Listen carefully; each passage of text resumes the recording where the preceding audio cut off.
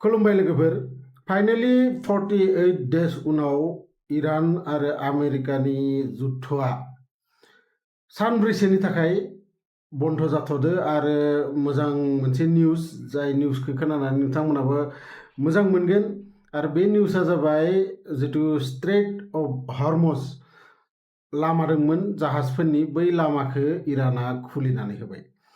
आरो बिनि सिगां बै हप्तासेनि गेजेराव मा जालांखो बेखौ गासैखौबो डिटेल्सआव आं नोंथांमोननो खोन्थागोन। नोंथांमोना भिडिअखौ जोबजासिम नायलांबानो जाबाय।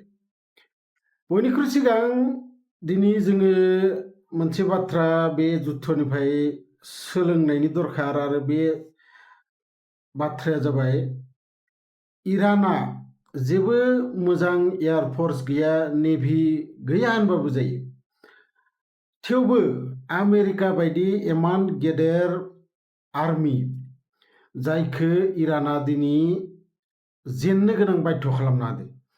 आरो दिनै बे जुद्धनिफ्राय जोङो बेखौबो मिथिनो मोनो जे आमेरिकानाव बेसेबां टेक्न'लजियै बा बिराद गेदेर किसुमान फ्लाइट दंमोन बा गेदेर मिसाइल दंमोन। नाथाय दिनै आमेरिकाया इराननि बै फिसा किसुमान ड्रन, फिसा किसुमान मिसाइल, जाय मिसाइलनि दामा जाबाय अनलि $20,000 to $25,000।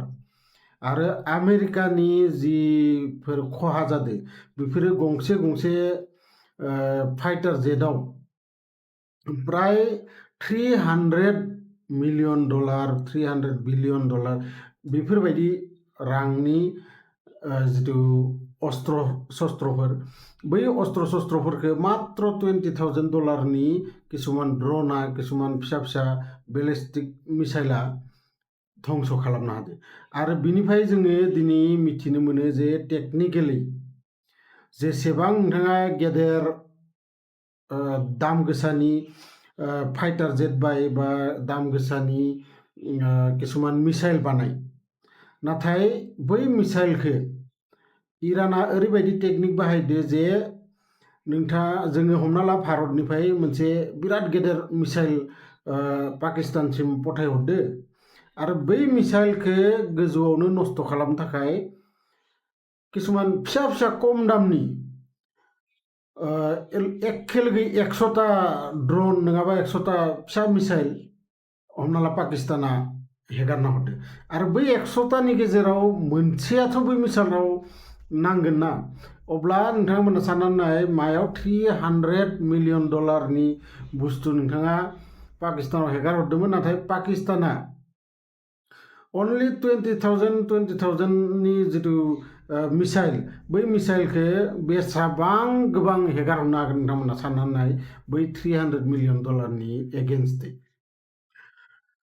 गतिके जोंनि भारतआबो बे जुद्धनिफ्राय सोलोंनानै लानांगौ जे जोङो दा बायदियाव माबाफोर जुद्ध जाबाथाय जोंनि जि F-15 जिथु जुद्धनि जाहाज दोङो, फ्लाइट दोङो, बेफोरजों दिनैनि जुगाव जेबो खालामनो हाया। आरो दिनै आमेरिका बायदि इमान गेदेर कान्ट्रिया दिनै बै इरानखौ थेंक इउ होननानै बुंदों। आरो जाय आमेरिकाया मोनसे समाव बुंबायदोंमोन जे इराननि गासै जि सुबुं हारि, बै सुबुं हारिखौनो फोजोबस्रांगोन होननानै, नाथाय बहुद बिथांमोना नाजादोंमोन, बहुद सेस्टाबो खालामदोंमोन, नाथाय बे बिथांमोननि सिमाङा जाफुङासै। आरो जाफुङैयाव दिनै मोजां बाथ्रा, जुद्ध जानायखौ जोंबो नागिरा, मानोना जुद्ध जानाय लोगो लोगो गेदेर जिथु पलिटिसियान थायो बा गेदेर VIP सुबुंफोर थायो, बिसा जेबो खहा जाया। खहा जायो सोर? नोंथाङा आं बायदि गोरिब सुबुंफोरा। जोङो बेसेबांबा बोसोर खामायनानै गंसे मोजां थानो हानाय न' लुयो, आरो बे न'खौ मोनसे जुद्धनि फलाव खै सेकेन्डमाननि गेजेरावनो बै न'आ पाउडार बायदि जालाङो। गतिके खहाया जोंनिनो जायो। आरो जाय खहाखौ सरकारा जेबो थाइसेबो रां जोंनो हरा जे जुद्धनि नामाव खहा जादों होननानै। दिनै इराना बेखौबो खोन्थिबाय जे दुरबल होननानै बा सोरबा अहंकारि कान्ट्रिखौ माबोरै सबक सिखायनांगो, माबोरै शिक्षा होनांगो बेखौबो इराना जोंनो दिनै दिन्थिबाय। बे लामाखौ जे गोरिब होननानै बा बारा पावार गैया होननानै धैर्य हमनानै बिसोर जे टेकनिकेलि माबोरै जुद्ध नांनांगो। दिनै आमेरिकाया गोबां टेक्न'ल'जि दं, थेवबो इराना जाबायदि बिथांमोननि फाइटार जेटफोरखौ गावख्लायदों, बिथांमोननि बेसफोराव जाय दुबाइयाव दंमोन बा इजराइलाव थानाय खाथि खालायाव थानाय बेसफोरखौ जाबायदि एटाक खालामदो, बै सঠিक एटाकखौ एक्सुवेलि सोर हरदो?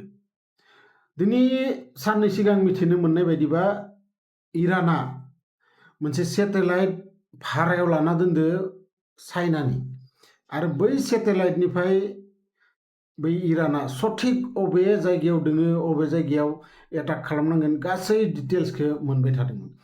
आरो बेफोरनिफ्राय जोंनि भारतआ एगेन आं बुंबावदो जे बेखौ माने मिथिना लानाया मोजां, भारतआ जोंनि आर्मि भागै जाथो बा नेभिनि भागै जाथो बा एयारफर्सनि भागै जाथो, बिसोरनि थाखाय गोबां आरोबाव रां इनभेस्ट खालामनांगोन।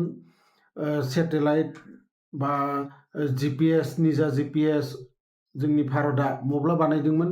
जेब्ला कारगिलनि जुद्धआव भारतआ आमेरिकानाव भिक्षा मागिहैदोंमोन जे जोंनो GPSखौ जोंनो हरथ' आरो जोंनो डिटेल्सखौ हो अबेयाव पाकिस्तानिफोरा दोङो। बै समाव आमेरिकाया सिद्दा बुंदोंमोन जे जोङो GPS हरनो हाया। आरो बिनि उनावनो जोंनि भारतआबो निजेनो GPS बानायना लायो, मोजां बाथ्रा।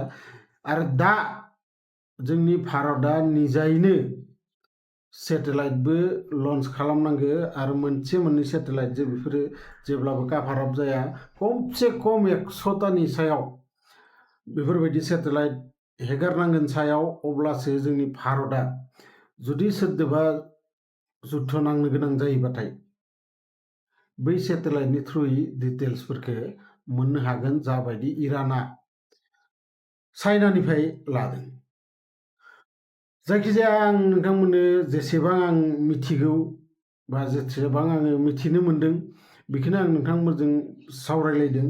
जुदि नोंथांमोना बिनि सायावबो बा बिनि अनगायै आरो माबाफोर मिथिबावनो दोङोबा नोंथांमोना कमेन्ट बक्सआव लिरहरनो हागोन। लोगो मोनगोन बेफोरबायदिनो मोनसे इन्टारेस्टिं भिडिअ लानानै नेक्स्ट भिडिअ, अब्लासिम गोजोन्थों।